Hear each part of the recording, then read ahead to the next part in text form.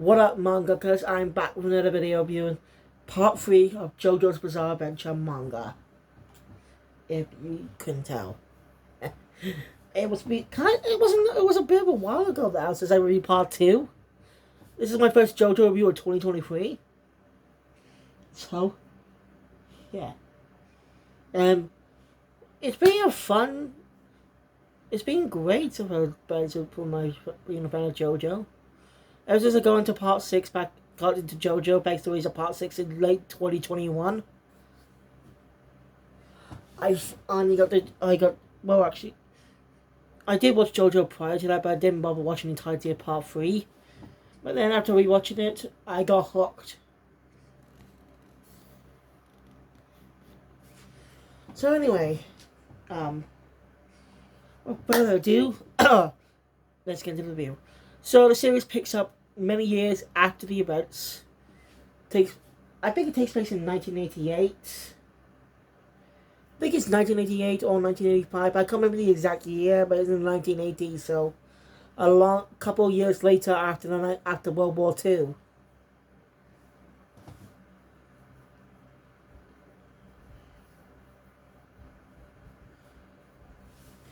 We catch up with Joseph Joestar, who's now an old man, coming to Japan from his business in New York. Yes, he runs the Speedwagon Foundation now in New York after Robert E.O. Speedwagon's passing a couple of years prior. If you're not familiar with him, he's not exactly much of an important character. It's interesting, actually. If they were to adapt part 2 manga, if they would adapt part 2 into a movie like they did with part 1, how they can't get around the issue about Speedwagon. Like for the first half of part 2, he's the reason why Joseph ends up facing against the Pillar Man. Speedwagon's disappearance is what led Joseph to just bow the Pillar Man. So I'm curious to know if they did get a sequel for adapting part 2, how would they go about it? They had to make a lot more changes than in the manga. Because since in that film they do Speedwagon as well, to just being a thug. At least he's still a likable character, but I do agree with some criticisms of him. Actually, he wasn't really much of a character in a way. He just joins Joseph. He joins Jonathan after showing how much of a gentleman he was. If we got more hints about Speedwagon's backstory, we understand why he decided to follow and protect Jonathan. But Rocky never decided to expand on him, sadly. Part 2 could have been a good chance to while writing part 1, it could have been a good time to expand more on Speedwagon and give him a unique fight. He's not a hormone user, but he's a main character. He should have been able to get on his own bow. After all, he's a likable character. I thought I should mention that. I did try to do this video earlier, but it was 14 minutes long, and it was barely talking about the story. So, I'm going off again, I'm sorry. Where was I? Right. So yeah, as I said, Joseph's in Japan with a friend of his, because his daughter, Holly, yes, he has a daughter. If you don't know, he into part 2, he got married to Susie Q, the maid of Lisa, aka Elizabeth Joestar. Just go watch my part 2 review. But anyway,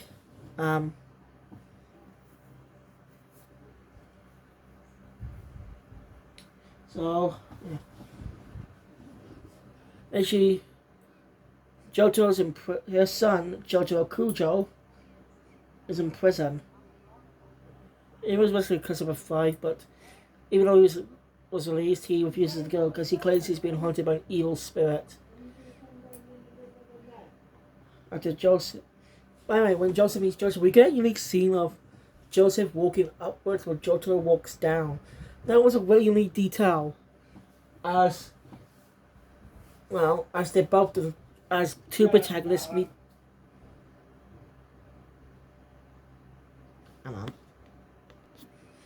Sorry, what was I saying before I was bloody interrupted by an asshole? Um, damn it. Oh yes, now I remember what I was saying. Scene is great because we have we have two protagonists meeting face to face. It's a neat scene. I like that detail. Like, it's a very good detail to show us the two Joestars meeting each other. Well, JoJo is not officially a Joestar in name. He's part of the Joestar bloodline, so he technically is. Just shut up. Anyway, Joseph seems to know what this evil spirit is. He's called the thing. What he calls an evil spirit is actually called something called a stand. Physical manifestation of some abilities. I don't remember much about the details, but basically, if a stand gets injured, so does its user. There are different types of stands. They make them unique, and he demonstrates with his friend, a friend of his he met in Egypt a few years back, a man named Muhammad Abdul. I say he's a likable character. After demonstrating his stand, Magician's Red, the three head to the cafe. After the whole situation was over, the four head to the cafe. Aye. Joseph calls cops pigs. Maybe because of what he experienced because of his friend, what happened to his friend Smokey, who sadly never makes a cameo.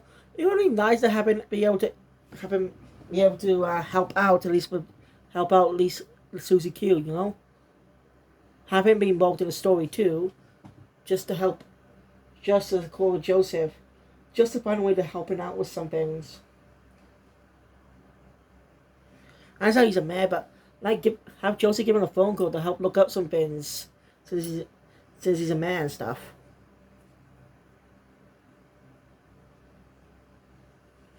Really nice to see Smokey. Like, I want to see how he's been doing. God, he's a kid that grew up in 1930s America, when racism was at its high. Though the whole early 2018 Black Lives Matter happened, not 2018, 2019, 2020, that's it.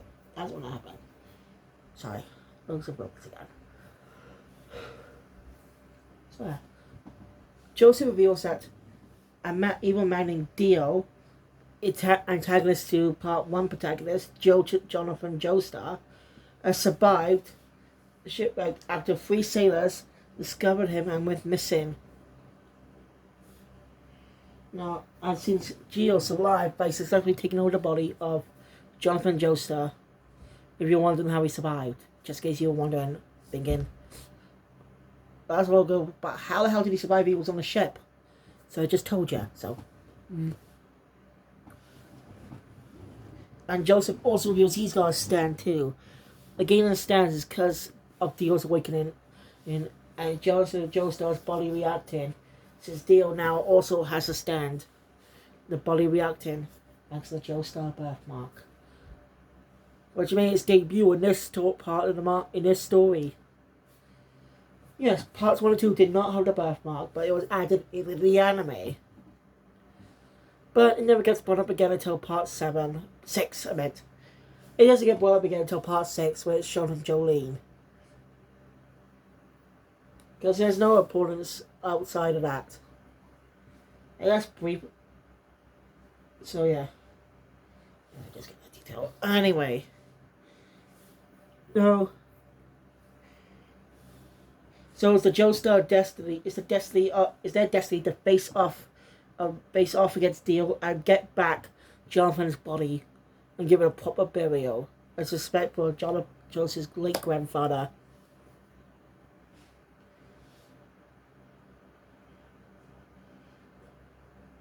After that, Joseph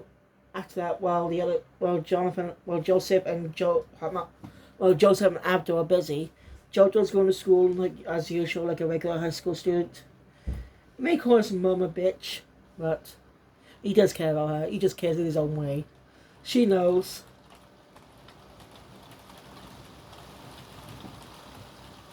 Jesus Christ, it's raining?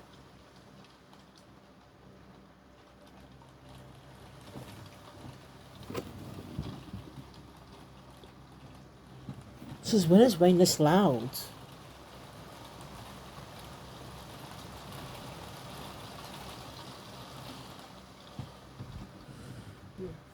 So anyway, so JoJo's going to school like normal when he encounters a new student named Noriaki Kakyoin, who somehow was able to cut his leg without Jotaro noticing. That's because Kakyoin is a stand user and is working for Dio. His stand is called Hierophant Green. And after a battle in the nurse's office, and bring him back to his house, discover that Kakyoin's under control of Dio by something called a flesh bud. Manage to pull it out, Kakyoin is not on the side of good. After he awakens, he explains what happened. How he got his flesh bud implanted in him when he met Dio. Dio used his manipulating him and put that flesh bud on him. Now, all the stands are named after tarot cards. At least for the first half. So, every stand we see for the first half of the series are named after tarot cards until their arrival in Egypt. Rocky does a lot of location scouting when he does his manga.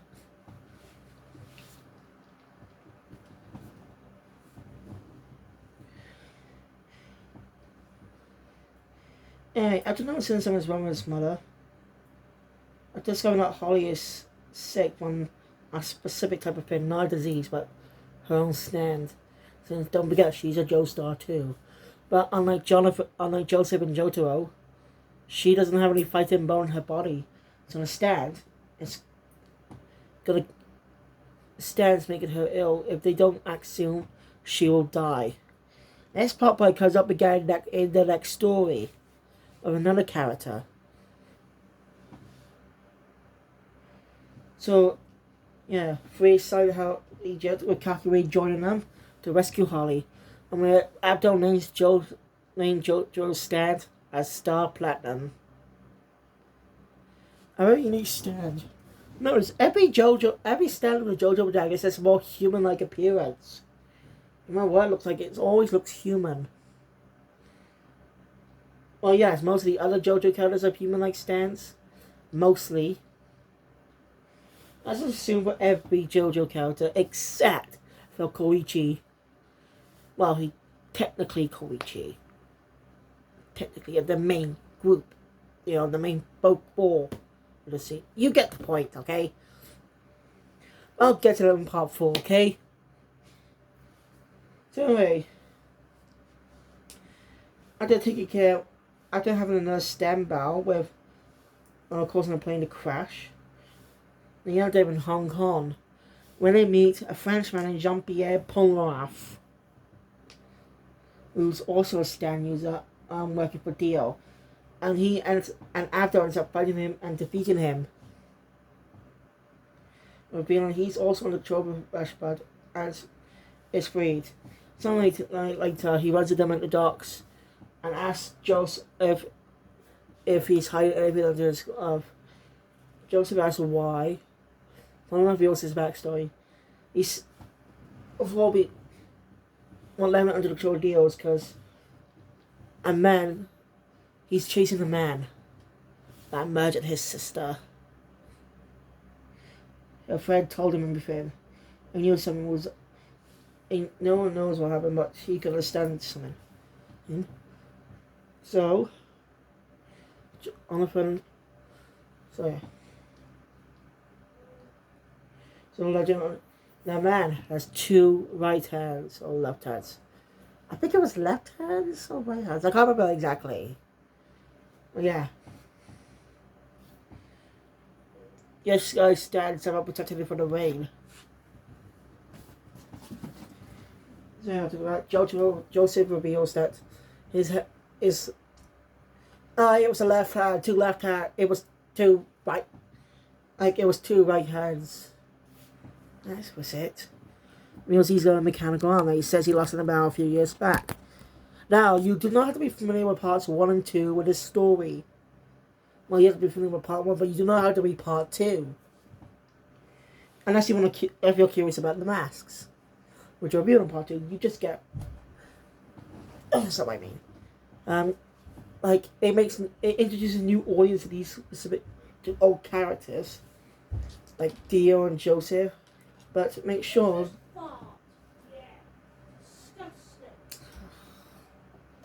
I'm always getting interrupted.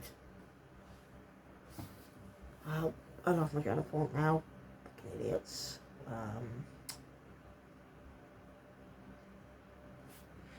Oh yes. When you meet, you like don't know who they are, and they don't need any backstory. So you know you meet these guys, knowing they got backstory, but without needing to look at the previous part. So that's a clever way to introduce new audiences to the series. And he mentioned he lost his hand in a battle a few years back. Not specifically mentioned how he lost it. You don't know, he lost his hand in a battle against Cars on the Pillar Man.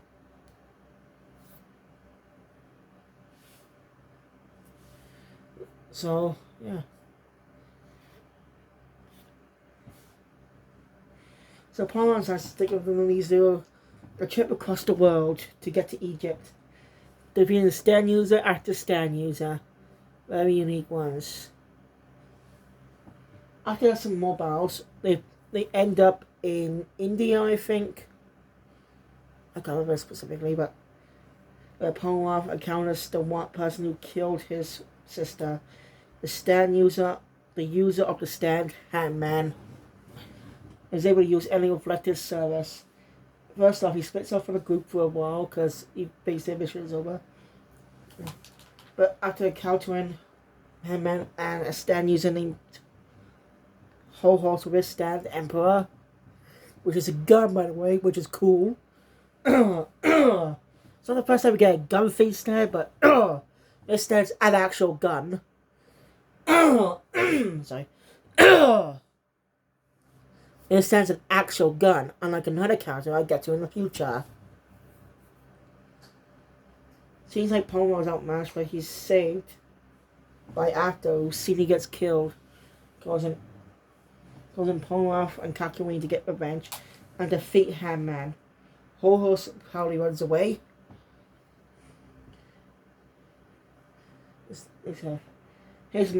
Now the Handman stand uses mother, the one behind the one with the stand justice, I think. Wants revenge on Polnareff, which she gets to have, but she's defeated by Jotaro.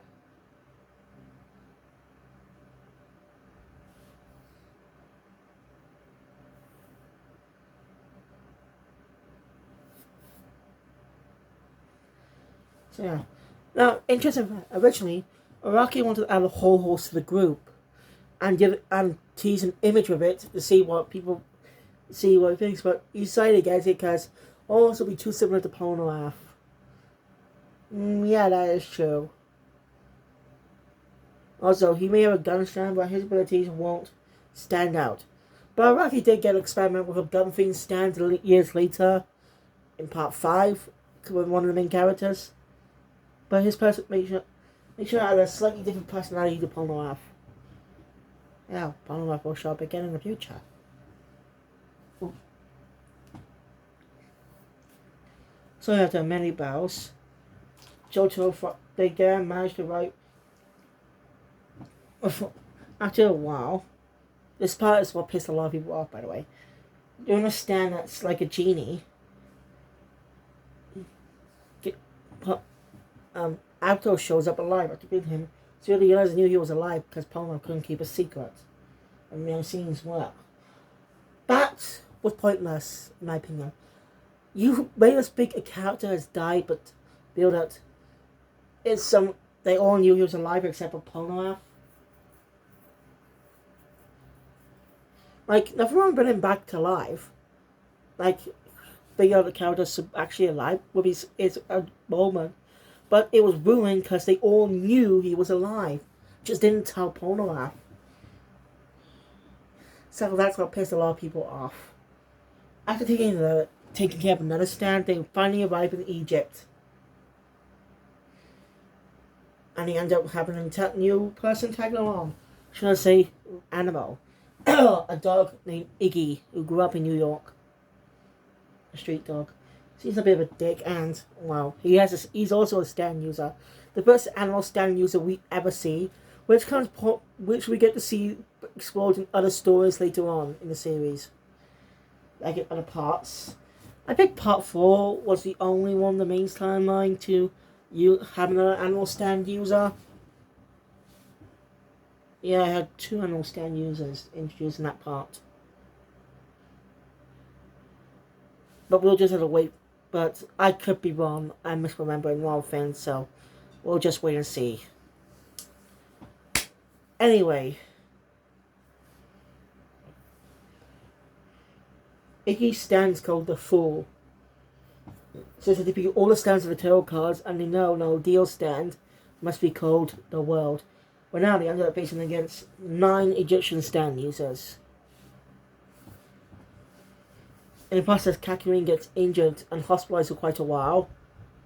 So he's gone for most of the story. Maybe because Rocky was tired of writing him for a bit and needed a break from the character. You know? Just break from full characters for a bit. Another reason, he must have had a reason for temporarily writing Kakyoin into the story. He had big plans for the character, that's why he didn't kill him off. Yet. So yeah, after a lot more stand battles, Iggy gets his own stand battle with a stand, not an animal stand, user named Pet Shop, who's a bird. Odd name. Not only the deal space is shallow until they face up against him. So talking about Iggy lost his paw, and Kakyoin also shows up, explaining what happened. Iggy takes him to the Iggy takes him to the Dino sign-out.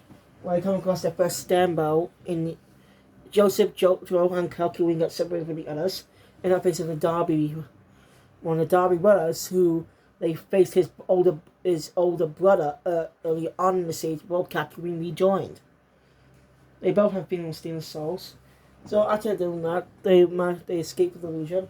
Meanwhile, Polnareff, Iggy, and Abdul end up facing a stand user named Vanilla Ice, who's internally loyal to Dio.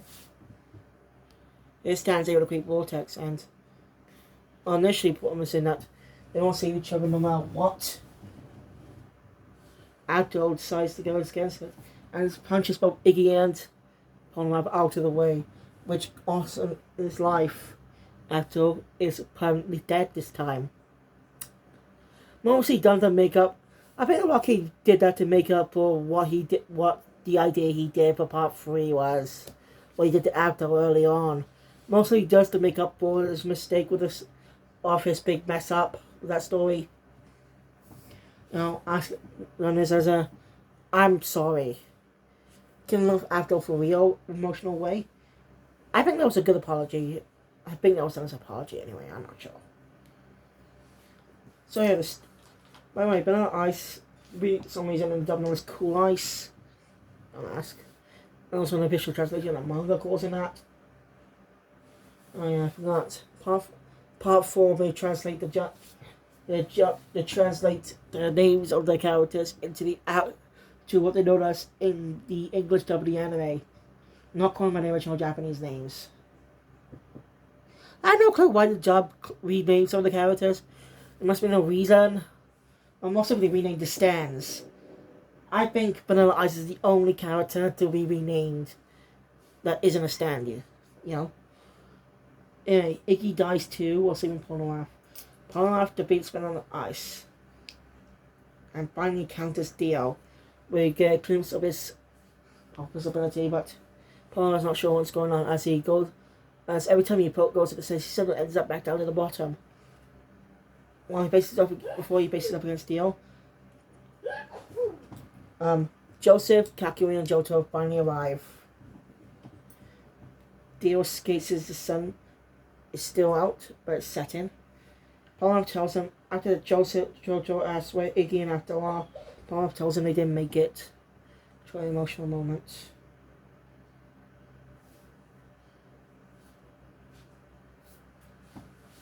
By the way, the the whole stand battle with Iggy is the only time he ever talked. The only time he's given an actual voice. Yeah, it's the only time he properly speaks. Like sports and stuff. Of course, he's speaking to other animals, but it's the first time he ever speaks. And it was his only big stand battle. So, interesting. So as sun sets, I'm taking out 2 more stand users. They finally face up against Dio. Dio escapes since the sun set. The only way is to flag him for different areas. JoJo and Polnareff, well, goes the other way, while Kakyoin and Joseph go the other. Well, you get the point. So yeah, but trying to figure out Dio's ability. Alright, Dio's slightly different here. Like, maybe because of a different art style. I noticed I've been watching part 3 with the battle against Dio. Originally, interesting fact, originally, like, Araki wanted to have Dio shown, but his editors just not convinced him not to. Which I think was a good move to keep new audiences invested in what the character looks like. Like, new audiences will be very drawn to his mysterious, and I make returning readers will enjoy the mystery added into it. You know? Since it has been, having a great new mystery to characters they've seen years prior. I like it.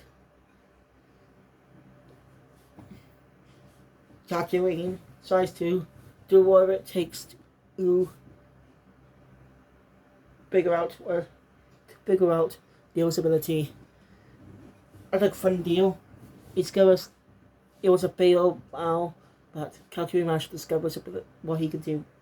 Before Calculating died, he used one last emerald splash on the clock, and Joseph figured it out. Now that's 3 characters dead. Joseph ends up running the deal. Ends up seeing Jotaro, warns him not to, because he gets injured. He wants Jotaro not to come closer, and tells him Dio's ability before being badly injured by Dio's time stop. Withstand the world. The world!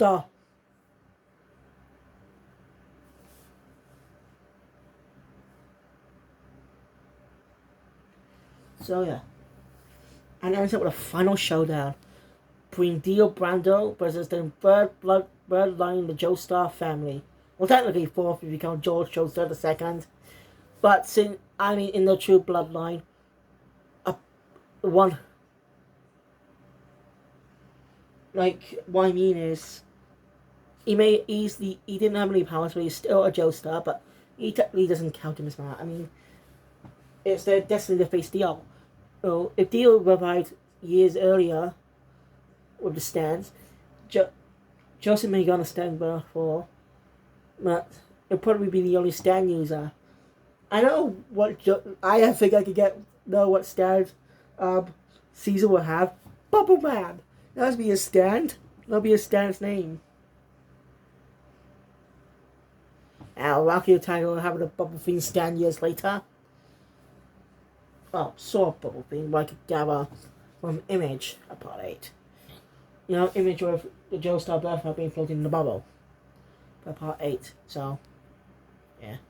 Anyway, when the new JoJo is revealed, I'm going to cover it, talk about it. Oh yes, don't talk about what we know about the character and what his stand will be. Because we're definitely getting another male JoJo. I think Rocky should do another female JoJo though. It's been rumored for a while that it could have been another man, as usual, or it could have been a new female JoJo like Jolene, or it could have been twins. That'd be actually an interesting idea to focus on twin protagonists in the JoJo series.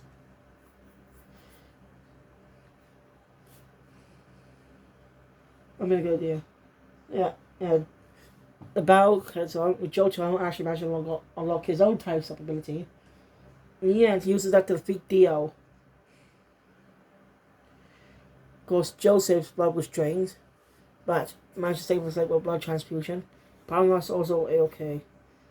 After that, Holly's okay too. Dio officially dead. Dio will not officially come back, but he will get another mention years later in part 6.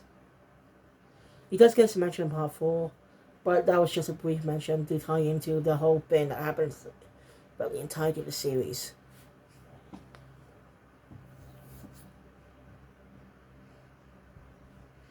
So, anyway, Bonus has to go back to his home country of France.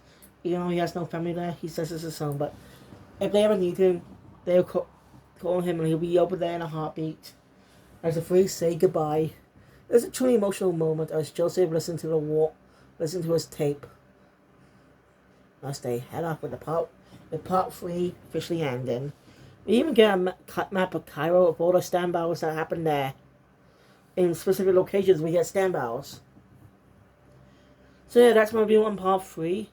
It's just as long as my part review on the anime version. I hope I'm not going to be that long again, but this time the video will be a little bit longer. I won't be ultimately cut off this time. But anyway, thank you guys for watching me enjoy my content. Please hit the thumbs up button. Want to see more subscribe channel notification will be up to date or videos that comes in the video channel. See you guys next time for part 4. Also, planning after part 4, I'm going to do a Yu-Gi-Oh review. So stay tuned for that when the time comes. Stay tuned for that when the time comes. So don't worry. But yeah, I got more manga reviews planned too. Be more Chainsaw Man. Is it the wind? There's a fucking wind. Anyway, thank you guys. I'll see you all next time for another video. Crazy Diamond out.